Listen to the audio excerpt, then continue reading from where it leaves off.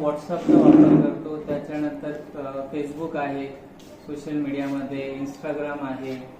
तर त्यामध्ये वापर करताना आपण व्हॉट्सअपला काही मेसेजेस जर आले, म्हणजे काही वेळेस असे मेसेजेस येतात की त्यांना रिप्लाय न देणं फार म्हणजे न देणं महत्त्वाचं आहे. कारण त्यामुळे समाजामध्ये कदाचित काही अनुचित प्रकार सुद्धा घडू शकतात. म्हणजे काही पोस्ट अशा प्रकारच्या व्हायरल होतात की ज्या पोस्ट चुकीच्या असतात. त्यामुळे अशा पोस्ट शक्यतो मी स्वतः अशा पोस्टला रिप्लाय करत नाही आणि अशा आलेल्या पोस्ट मी डिलीट करतो. आणि ज्या चांगल्या पोस्ट आहेत, म्हणजे आपल्या संतांच्या असतील, आपल्या महापुरुषांच्या असतील, त्यांच्याबद्दलची माहिती असेल, तर अशा पोस्ट मी म्हणजे माझ्या सोबत असणारे माझे मित्र असतील वगैरे, जे काही माझे व्हॉट्सअप ग्रुप असतील, त्यांना मी चांगली माहिती जी आहे ती मी शेअर करतो.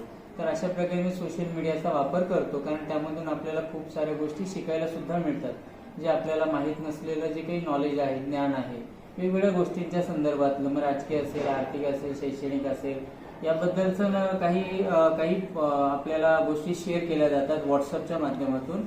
तर त्या पाहून आपण त्यातून काही माहिती घेऊ शकतो. व फेसबुकला सुद्धा अशा काही गोष्टी असतात, तर त्यातून सुद्धा आपण माहिती घेऊ शकतो. सोशल मीडिया वापरताना तुम्ही कोणती काळजी घेता? तेच सोशल मीडिया वापरताना समजा फेसबुक आहे, तर फेसबुकच्या संदर्भात बऱ्याच वेळा असं होतं की आपण आपली सगळी माहिती सोशल मीडियावरती म्हणजे फेसबुकला आपण अपलोड करतो.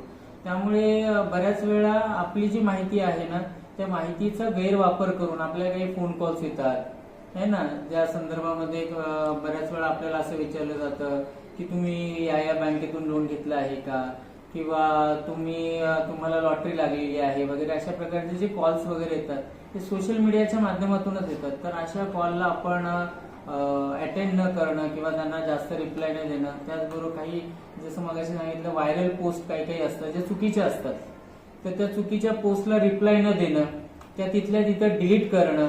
त्यानंतर फेसबुकला किंवा म्हणा, इंस्टाग्रामला म्हणा किंवा व्हॉट्सअपला म्हणा, तर जास्त ऍक्टिव्हेट न राहता